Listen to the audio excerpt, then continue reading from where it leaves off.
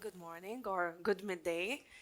I hope you're ready to learn more about LinkedIn sales and marketing because that's what we will be covering in today's presentation. Before I start, I actually wanted to ask all of you, how many of you are using LinkedIn every single week? Can you lift your hands? Every single day? Okay, that's great. Because in yesterday's presentation, actually, there were not so many people who were using LinkedIn or even having LinkedIn profiles.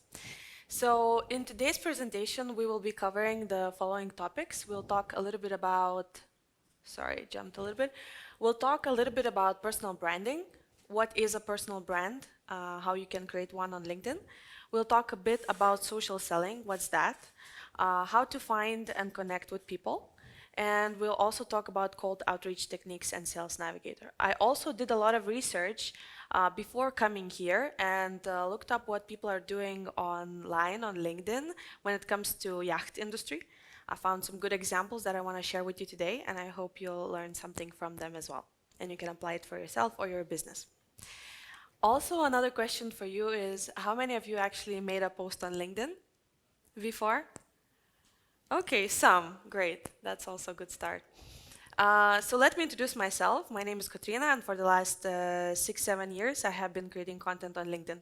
So I saw how the platform grew from just being 10 content creators that people knew all across the world to thousands of content creators to this day, right?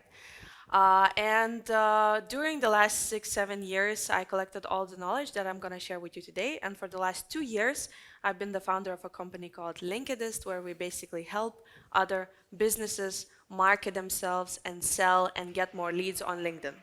So this is what I'm all about. All right, so let's start talking about personal branding. When we talk about sales and marketing on LinkedIn, it's very important to talk about personal branding. When I ask people whether or not they have a personal brand, most of them actually say no. But all of us, if we have a Facebook profile, if we have a LinkedIn profile, Instagram profile, we already have a personal brand. Now, this day, personal branding in simple words means your reputation. So whatever you have about yourself online, whatever you have about yourself offline, that's a part of your reputation. And to this day, it's even more important to take care of your virtual personal brand because a lot of people actually meet us virtually. So before, our physical appearance as a part of our brand was very important, right? Because people would meet us physically. Now, before people even ask us for a cup of coffee, they actually check our profiles online. They scan us, they scan our profiles and see whether or not they can talk to us, they want to talk to us, and they will invite us for that coffee, right?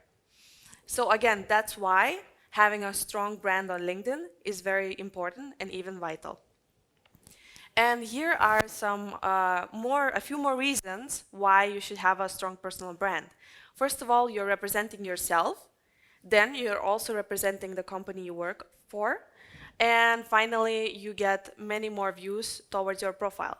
So even though you might not be that active on LinkedIn, let's say you don't have the time or the want, you can still create a strong brand, a strong profile, and then let it do its job, right? So it starts generating views and people start connecting and reaching out to you, even though you don't create content. Here are a few interesting examples. There was a research done by a company called Connected Circles. And while they were doing the research, they actually analyzed company brands and people brands. And what they found out was very, very interesting. So basically, if you look at the first example, Volkswagen, as a company, they have around 861,000 followers. Their CEO, chairman, he has 114,000 followers. Now, that's still a lot as for a person, right? But when he makes a post, when he creates a post on LinkedIn, his post gets 400% more engagement. The same with IKEA. IKEA as a company has 1.6 million followers on LinkedIn. Their CEO, Jesper, he has 37,000 followers. But whenever he makes a post, his post gets 300% more engagement. So again, this is why we start talking about personal brands and personal branding, because at the end of the day, people do read our content much more than companies' content. And that's why you should always take care of your profiles first and then create some content, and then also, of course, try to activate all the other employees and your company's brand. But at the end of the day, having a strong brand is much more important for your business, that you have a strong brand, than that your company has one. And to this day, LinkedIn is growing. Right now we have 800 million users, and there are a lot of users that are joining every single second. And also, during the last few years, LinkedIn grew exponentially in Scandinavia. That's where I was based. And right now we see it's growing in the Baltics, and it's kind of moving down, right, to the middle of Europe and so forth. So it's coming to Croatia as well. It's going to be much more used in the next 2 years, and I encourage all of you to start optimizing your profiles and looking into the platform now. All right, so when we talk about personal branding, it's also important to mention that all of us have a profile, right? And that's the base of our brand online on LinkedIn. Our profile consists from all of these different sections, and I will not go through all of them because usually these presentations take around 3 hours. But you should just yourself take some time and optimize every single section, right? What is very important is that you look at your title. First of all, because if you have some keywords in your title, which is under your name and last name, that means that if someone writes that keyword, they will find your profile if you have that keyword in your title. So let's say somebody writes on LinkedIn, LinkedIn workshops. If I have that in my title, my profile is going to come up faster in the search, higher up in the search, right? So make sure to add some keywords that you want to be found by. Also, another section that a lot of people forget is summary. Summary is a very important section just because whatever words you have in your summary will also strengthen your profile, and more people will find your profile as well. So make sure to add some words, some keywords in your summary and optimize it as well. And here is an interesting example of two different profiles. So the profile on the left is the one that does not really attract any attention, right? It doesn't have any pictures. There's not many words in the title section. And it's just really not clear what this person is doing, right? Whereas this is an optimized profile. And here, right away, when we visit this profile, we can see, okay, this person is all about employee advocacy, employee branding, employer branding, and so on. And we right away know if we can talk with this person or not. So again, this is what you want to do, right? You want to optimize your profile, so even though you're not active, it still works for you. It still does its job, right? Because people find you, they check you out, you leave your contact information, they can contact you. Another important point is that in your summary, again, you include some contact information. So you write down your email or phone number or something else so people can contact you outside of LinkedIn. And here is an interesting example. We have done this experiment at a Danish company where we asked 5 salespeople who have never been creating any content themselves before to create a post about their job or their company or what they're doing or selling. And within that one day, they made 5 posts. Each of them made 1 post themselves, and they generated 13,000 views. And that means that they actually generated 13,000 views from people from their industry, not some random people. And that was just in one day, right? So if we activate our colleagues, if we activate our own profile, if we post just once a day or once a week, we generate views and we generate traction towards our businesses. And now let's take a look at some examples. So as I mentioned to you before, we have been digging with my team, trying to find some interesting examples from the industry, so you can also get inspired and you can also start creating content for yourself or for your business. First of all, let's take a look at the first example. I don't know, sometimes the titles, here we go. So this example comes from a company called Dynamic Q. I don't know if some of you know them, but they're quite a big company. And as you can see here, for instance, what they're trying to do with their content when they're selling through their company's page, they're trying to introduce their new boats, new yachts, I believe this is about their super yacht. And again, they're mentioning at the end that you can order them already for the next summer. So with this post, what we notice is that they're directly selling, but they're doing this selling through, they're doing it directly so it doesn't feel that bad, right? Because they give some more information. They're saying bon voyage, our new star Stefania. They're they're much more playful about it, and also they get a lot of engagement. And also they of course have a wonderful picture of their new boat. Another example comes from Yachty Crew.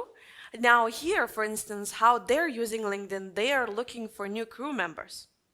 So sometimes that's also something you can do for your business or for your company. If you're in need for some crew members, as we can see here, sometimes they're looking for chefs, sometimes they're looking for captains, and they post that, and they hopefully, I hope, we don't know, but find some people for their boats. So that's also something you can do on company page on LinkedIn. Now, another interesting example, and this was one of the best examples that I found, was Sunseeker International. First of all, let's start with the fact that they have around 29,000 followers. And also they have 778 employees registered on LinkedIn. That's a lot of people. Then when they create content, they of course get a lot of engagement because there's a big employee base who engage with the content, and then those employees networks also see their posts as well. So that was very interesting for me to see that even though you might be within an industry that's completely different, that's a very niche industry, you can still conquer LinkedIn. You can still take your piece from this pie because there's not so many companies on LinkedIn from yacht industry. And that's why, again, it was very difficult, on the other hand, to find some good examples. And what I also like about their content is that they always post a lot of different pictures. They give this visual inspiration to people who visit their profiles. And let's face it, on LinkedIn, there's a lot of people who are directors, who are CEOs, who are managers, who can actually afford buying a boat, renting a boat, and so forth. So what they do is they really go through this visual aspect and really try to sell it like that. So as you can see, these are some of the pictures of their boats or from the inside of a boat and so on. And then we have a few other companies that I highly recommend you checking out their content. It's pretty good. So we have Fraser Yachts, we have Boat International Media, Hill Robinson Yacht Management, and Imperial Yachts. Now, do any of you follow any yacht industry companies on LinkedIn? Have you noticed some good content? Okay. Well, then I hope it's good that we did some digging and found some good examples for you. So you don't have to do that. Sorry, that's what happens when you sleep with the turn on AC during the night. The next day, you have what you have. All right, so let's go further. Another example. Oh, again, I jumped a little bit. Can we go back? Here we are. All right, and then when we look again at some really good examples, these were a few that I found and I also wanted to share with you. First of all, the first example comes from the Fraser Yachts, and they posted a video where they're saying, hey, we already have some yachts available for the next holiday. And that short video, which was 1 minute long, actually generated a lot of views and a lot of likes and reactions. Then what they also post about is that they attend different conferences, which makes them look really good because it makes them look as a company that is innovative and that is looking into trends and that you want to rent or buy a boat from. And the final example is coming from Hill Robinson Yacht Management. And here, this simple post has around 1,000 likes. And that's not something that you often see on company pages. Meaning that, again, you can check this out yourself, go to their profile if you want to analyze the post, how it's written and so on. But it's a simple post about their new yacht. And again, it has beautiful pictures, which I believe, as a LinkedIn expert, really drives attention and helps them get a lot of engagement. Yeah. I notice all of these, they're all black with white Mhm. writing. Is that how you view LinkedIn, or are all these people doing it like that? No, actually, I have LinkedIn dark mode. Oh, okay. So, So, oh, microphone. So you like dark mode then? You're just choosing that. I just yes. wondered whether I should be making my posts black on white or white on black. No, no, no, no, no. I have LinkedIn dark mode, but it's not yet accessible for everyone. Okay, So, thanks. thanks. Yeah, you'll see some more dark posts. All right, and here are a few other examples. By the way, if you have a question, also feel free to ask at any point, or we'll have some Q&A at the end of the presentation.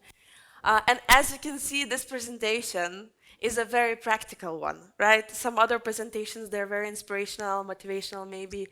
My presentation is much more practical, but I hope you also learned something new. All right, these are also a few examples of people's profiles whom you should check out if you want to optimize your profile, because I found these people from different companies within yacht industry that you can check out and see how their profiles are built and get inspired. Now, the next question I have for you is about your social selling index. When we're talking about personal brand and our profiles, it's also very important that you check out your index. Every one of our profiles have an index, and you can do that by going on Google. If you have a minute now, you can try checking your index now as well. And just writing social selling index, clicking on the very first link, and then clicking on get your score free. In this way, you'll be able to see how strong is your profile. What's your profile's index? And you can also, of course, ask your colleagues to do the same and see how strong their profiles are and see where you're lacking something, where you can optimize some things to make it stronger. So while you're doing that, while you're checking your indexes, I will explain to you what it means. When you'll get to that page, you'll see that there are three different numbers. The very first number, which is called current social selling index, is a number of your whole profile, right? So this index is made up from four different components. The very first component is establish your professional brand. Now, this component is measuring how strong is your brand on LinkedIn. It's measuring your profile, how well it's optimized, how active you're on LinkedIn, and so forth. So it's measuring everything you do on LinkedIn and everything you have on your profile. The second component is find the right people. Are you connecting with the people from your industry, or are you connecting with random people? Third point is engage with insights. Now, this point is measuring whether or not you're liking, commenting, sharing everything that you see on your newsfeed. And then the final component is build relationships. This component is measuring whether or not you're replying to people when they message you, whether or not you're sending a note when you connect with someone, and whether or not you're just creating that relationship through messaging or emails. Do we have any indexes? Yeah, go ahead. What was it? 54 out of 54. 100. So, first number is top 5% industry SSI rank. Second number, top 32 network SSI rank. And current social selling index 54. All right. All right, 54. Yep. So we usually say that for salespeople who are active on LinkedIn and who are selling, they should have somewhere between 60 and 80 as their index. It's good when you already have at least 50, and that's already a good start. But everything below 50 means that you should optimize your profile and start being a little bit more active on the platform. What do those other two numbers mean? The other number is people in your industry. Now here you can see what is the average index from people from your industry. So let's say in my case, it says that people from marketing and advertising industry, they have an average of 34, which then tells me that, okay, that's great because mine is 77. So that puts me in the top 1% from my industry. So when people are searching again for marketing and advertising services, my profile is going to come up faster in the search. The other number, people in your network, shows what's the average index from all of the people from your network, right? So here, for instance, it says that from my network, the average number social selling index is 51, which still puts me in the top 4% when it comes to my network. So again, it can be a really great way to check how strong your profile is.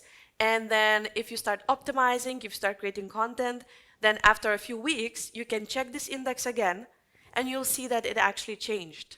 So you can see how it changes to whatever actions you take. All right, do we have any questions, by the way? Go ahead. My profile looks a bit like yours. I'm the worst. I think we need the mic. Yeah. I'm the worst on the green one. I got 79, so it's pretty good. But I'm quite low All on right. the green one, which is engage with insights. Yeah, you don't But engage I at all do then. that. I do that. So I wondered, what is that really? Have you got any tips of how we can hack the green one? Yes. I wonder whether everybody else has got the green one as their lowest. That's what I Yeah. wanted to ask. I have some tips for sure. So first of all, it's important to comment because a lot of the times we just like somebody else's post and we don't even comment. So likes are worth the least. Comments are worth the most when it comes to points on LinkedIn. An interesting fact, when you leave a comment, if your comment has less than 5 words, LinkedIn actually does not give you more reach because of that comment. So the more you have of these comments where people say thanks, good luck, great post, the less reach you're gonna have. So LinkedIn wants you to start conversations and start discussions, so it actually boosts your post if you get comments that are longer than 5 words. So that's one way to actually, when you're commenting on somebody else's post, make sure you write at least 6 words in your comment. So it gives you as well more boost to your profile, but also boost the other person's post. I will do that from. Yeah, so that's one way to do that, to actually, ramp up the Engage with Insights score that you might have. All right, let's move on to the next section actually, which is called, no, it's still my session here, sorry, don't move anywhere. But let's talk a little bit about social selling. Again, these days, I hear this word a lot, but not a lot of people know what it means.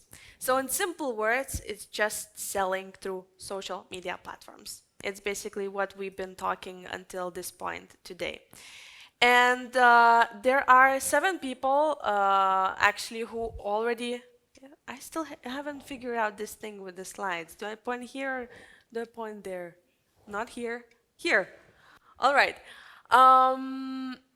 So there are 7 people in total, on average, who are involved in the B2B buying decision.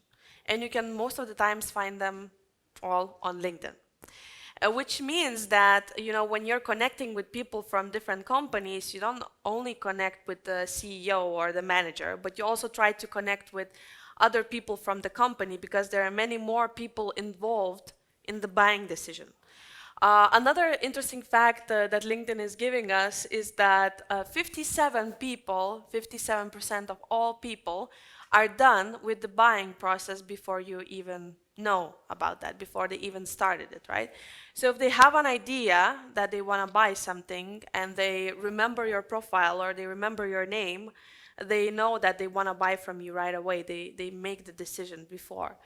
And then 90% of people on LinkedIn and of decision makers actually don't respond to a cold outreach message, which is what we will also talk a little bit about today. And that is why we need to look at LinkedIn as a sales tool. A lot of people still to this day, when they connect with people on LinkedIn, they believe that, okay, I only connect with the people that I know. but a lot of people are using this as their sales tool. It's not Facebook, it's not only the people that you know, but it can be people from your industry, it can be people from similar industries, and you don't always need to know the people that you connect with. And when it comes to selling on LinkedIn, which always goes together with marketing, there are a few different tools that you all should be aware of. First of all, we have LinkedIn Premium Business. Now, this is just a simple license that you can get for your profile if you want to see more views, if you want to see who viewed your profile in the last 90 days, if you want to get some insights and so on. Then we have Sales Navigator. We'll talk a little bit about that as well. And we have LinkedIn Sales Insights, which is one of the latest LinkedIn tools. And then we have content creation, which is, again, you can do that yourself. It's not a tool, but it's a way to sell. All right, so as I mentioned, one of the latest LinkedIn tools is called LinkedIn Sales Insights. Now, this is a tool that you need to purchase for your company. It's not a tool that you can access yourself or that you can find right away. And having this tool, you can see some insights about different markets or people or where those people are, which market you might need to target first and which market you can target second and so on. So it helps you to build your sales plan. And this is also another screenshot from this tool. As you can see, it really maps out everything. How big is the audience? You set all the filters of the people that you want to target, the people that you want to find, and then you can easily see, okay, where do I need to put my most focus and where do I need to put most of my effort? And how does it work with Sales Navigator, which is another tool we'll talk about as well? Is that Sales Insights, what I just shown you, helps you to build your sales plan. And then Sales Navigator empowers sales representatives to deliver on the plan. So usually people who are strategists or CEOs or sales managers, they work with Sales Insights. And then all the sales reps, they have Sales Navigator licenses. And then they actually start qualifying the leads and targeting specific markets. All right, so that was a little bit about social selling. And now let's talk a bit about client search and network growth. So when we talk about expanding our network and finding new people, we need to know how to connect with these people and how to really, what are the ways to expand our network, right? So in general, there are these 4 ways. Instant connect, which is pretty self-explanatory, right? We just click connect and that's about it. We have personalized invite, which is where you actually add a note, right? And you tell that other person why you're inviting them. What's the reason? That is especially important in Scandinavia, I noticed, when working with Norway and Denmark. People are very skeptical. And there, people are not so accepting any random invitations. So if you will ever sell to those markets, make sure to always add a note. All right, and when you also add a note, it stands out right away. As you can see, this is a screenshot of just some invitations I've gotten. And those invitations that are just a connection button away, they are not standing out as much as the one with a note, right? So again, you want to stand out from the crowd, especially if you're connecting with people who are within the C-level. And at the end of the day, it's not about how many messages you will actually send. It's not about how many connection requests you will send, but it's actually the quality of the discussion. It's about how many of those messages you will personalize. Then another way to connect is sending an email. This is where you can actually have many more characters. It looks much more like an email. You have a subject line, and you can send emails when you have LinkedIn Premium, right? When you have LinkedIn Business license. And then a few things to mention when we're sending invitations, whether or not it's in mails or whether it's just a connection note. These are some of the things you should remember. First of all, try to find common interests or mutual connections with the person that you're connecting with, right? Why you should connect with them? Is it maybe because you're from the same industry? Is it because you have a common connection, or maybe you have a lot of common connections? So you can always mention that in the message. Do not expand too much, because again, this is LinkedIn, this is not email communication. Do not go with a sales message right away, and I'll show you some examples of messages that you can use. And of course, try to prepare some different messages for different scenarios and stand out. A simple message, stand out. You can use voice messages on LinkedIn if you have a LinkedIn mobile app. You can use video, you can send a video to somebody, and use any other ways to introduce yourself. One more interesting thing about connecting with people and actually having them in your network is that once you have people in your network, you can actually export all your connections data. And if those people, let's say if they publicly in their settings say that they want to share their email or their phone, then you can actually get that information in an Excel sheet. So all you need to do is you go to your account, you click on settings and privacy, then you go to how LinkedIn uses your data, and you click on get a copy of your data, and then click on connections. In this way, you will get an Excel file with all of your connections, name, last name, and if some of those people are sharing their mobile information or any other information, you will also have that in your file. So when you're connecting with people, see your LinkedIn profile as the beginning of a CRM system. And then you can download those connections and put them into your CRM system, let's say, if you want to. And then the final way to connect with people is by using QR scanning. And that's something you can do here at this event, at this conference as well. It's basically where you open your mobile application. You can have your own QR code, or you can scan somebody else's code, right? So if I'm at big conferences, if I'm talking with a lot of people, especially in the US, you just quickly open your mobile application on LinkedIn and just scan everybody's codes, and bam, you have them in your network. You add everybody right away. So you don't have to go home and look at all of those business cards and try to add people on LinkedIn and write them a message, but you actually connect with them right away, and that's about it. You have them in your network. So it's a very useful tool, and the next time you're printing out your business card as well, maybe use this QR code, add it to your business card, so when people get your business card, they can actually scan your code as well. Hello. Oh, maybe you can say it into the mic. 1-1. Yep. Thank you. What's happening technically when we scanning QR code? It's a kind of connection immediately, or it's just invite, or what's? Yeah. So when you scan somebody else's QR code, their profile opens up, and then you can just click connect. So you don't necessarily connect right away. You just their profile just pops up, and then you can click connect or follow.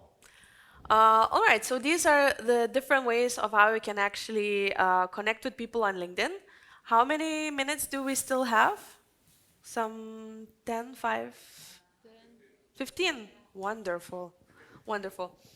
All right, so one of the last topics, I actually still have two topics. One of them is cold outreach.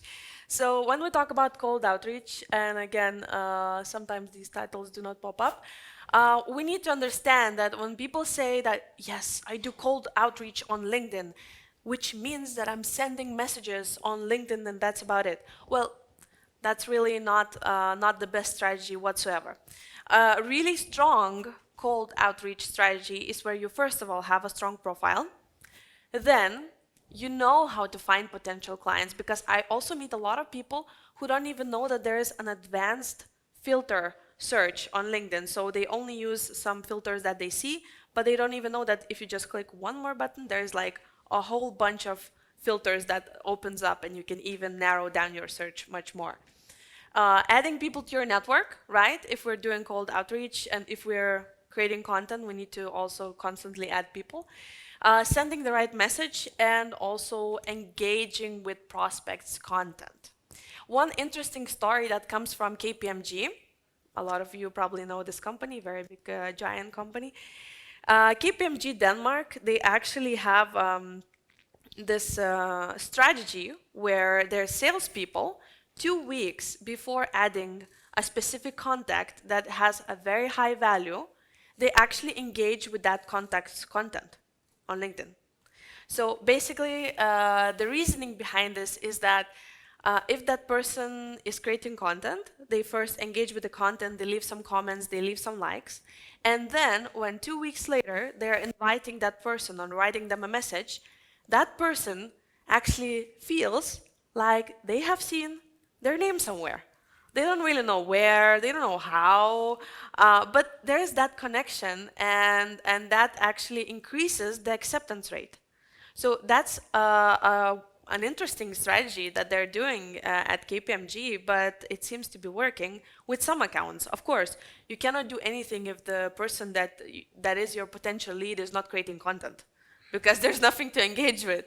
But if they are, then that's one of the ways to connect with the person and kind of make them feel like they know you from somewhere, they have seen your picture somewhere, they don't recall where, but that's one way to do that. And when we talk about cold outreach, my question or something I wanted to show to you is actually how do those templates look like? Now, again, I could talk about this for 3 hours, but I tried to pick a few examples that I hope will be valuable to you, and when you'll be sending some messages, you can use them. Feel free to take pictures. If you want to have these slides, you can also write to me on LinkedIn after the presentation, and I can also share my slides with you. But when we were building these scenarios, we usually give like at least from 3 to 5 messages, intro messages, to the sales team, right? So for instance here, what could the first message look like? As we can see, hi Jonas, my name is Adam and I'm a sales representative at a Croatian yacht company. I saw we both work in this industry and I was wondering if we could connect. A very simple message, right? Another one, the second one, is much more focused on having mutual connections. And then the third one is, for instance, I'm trying to find managers working in the yacht industry. I discovered your profile and thought it might be a good match for mutual collaborations, right? These messages, they're not selling right away, and then they don't make the other person feel like you're about to sell them something, right? So it has a much higher acceptance rate than any other message. Then what we usually do after the first message, if people, let's say, accept your invitation and everything is fine, we just encourage salespeople to say thank you. Thank you for connecting, and that's about it. Then we have, and of course, we mostly work with IT companies and companies within the IT industry, but these examples also fit to other industries as well. So yes, of course, you need to always evaluate your situation and see how if the other person responds, what's the response, and so on. But usually we say you should wait a little bit, like wait a week or 2 weeks. Then how the third, and I don't know what's happening with this presentation, but how the third message can look like is basically where you're asking people if they're still at some certain position, if they're responsible for something, if they, let's see, if you saw their post, that you really connected with their post and you would like to discuss more about it, and so forth. So again, you're really going into it slowly. What is interesting and what I've noticed, which was very, very interesting for me as well, was that people always like to be responsible. People like to feel responsible. So let's say you want to sell them something, and if you tell them like, hey, actually I wanted to ask you if you're still working at this position, or are you the one who's responsible for this and that at your company? And most of the times, if they are, they will say, yes, I'm the one, I'm responsible for this. Or they will say, I'm not responsible, but here's my colleague's contact, you can reach out to her or to him, right? So always try to first of all, ask them if they're still the person whom you should be talking to. All right, so that was a little bit about cold outreach. Again, there's many more things we could talk about here, but these are some basic things that I hope you can take with you after this presentation and try them out. Try using these messages, try adapting these messages, and see how it works for you. Now, the final point, the final part of my presentation that I have is actually about Sales Navigator. How many of you are using Sales Navigator? Okay, 3. All right, great. Well, great and not great, but great because you're now gonna hear a little bit more about it and what it is, so you can decide for yourself whether or not you wanna use this tool and whether or not you want to invest in this tool, right? First of all, Sales Navigator is used for 4 different things: targeting, researching, identifying, and building relationships. It basically works, again, as a beginning of your CRM system. And there are some functions, if I may. There are some different functions that I wanted to share with you so you can decide whether or not you want to use and try this tool, because the tool is huge, right? There's so many things to talk about, but I thought we just talk about some more interesting functions that could work for you. So this is a tool that if you buy a license for it, you open a new page on LinkedIn. You cannot usually access this page or this tool if you don't have a license to it, right? And then you see some different information. You see a new newsfeed that is most of the times built up from your prospects' activities. So if you have identified some of your prospects, you can engage with their content, right? One of the features that I personally like a lot is sales preferences. So when you're using Sales Navigator, you can actually set your sales preferences, and you can see potential prospects news feed that is going to be filled out with all the activities that they have. You can get different alerts from LinkedIn that your prospects got a new job, or for instance, what else is there? Yeah, it's a really great tool because it always shows to you as well if there's new leads or new prospects that are matching your filters. Meaning that you don't have to go every single week on LinkedIn and try to find new prospects and identify them yourself.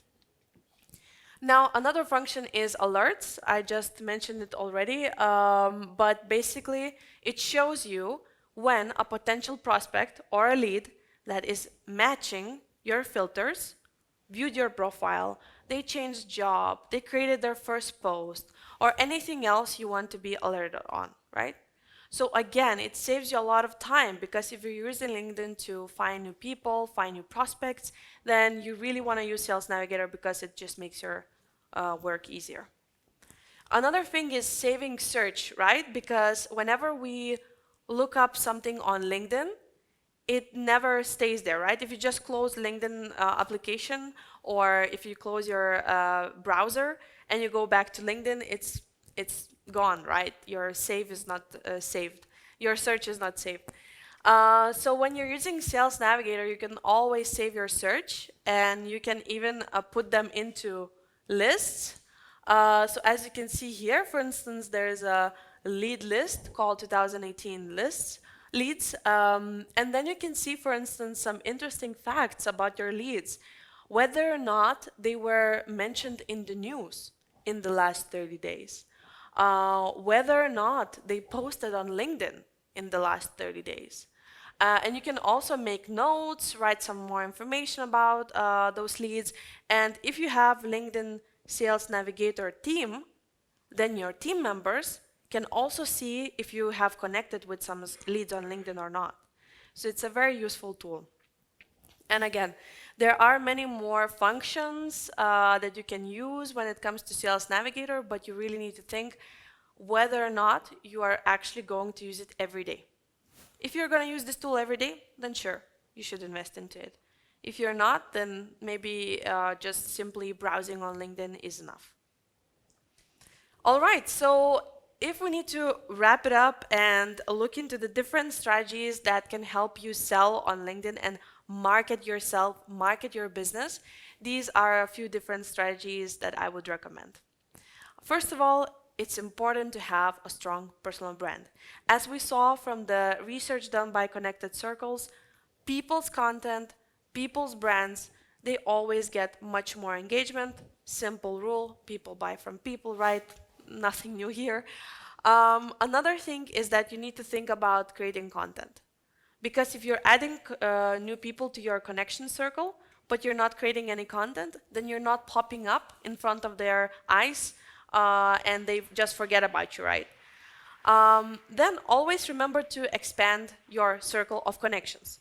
If you start creating content and your connection circle is not big enough, then your content is not going to be seen by anyone and nobody's going to engage with your content, right? So while you're creating content, you need to keep on expanding your circle. Do not forget to have an invitation message. We talked about those. And again, I can send it to you if you want to after the presentation. Use Sales Navigator tool if you're really serious about your sales and increasing your potential prospects and lead lists via LinkedIn. And finally, something we really haven't talked about, but one more way to generate leads is by using paid advertising on LinkedIn, by using Campaign Manager, and so forth. So these are some of the ways that I hope will help you to sell more, find your potential clients, brand yourself on LinkedIn, market yourself and your business, and I hope rent some more boats as well to other people. Thank you so much. I hope you learned something new. And let's connect on LinkedIn. And now it's the time for questions if there's any. If not, we can also talk after the presentation. All right, there's one.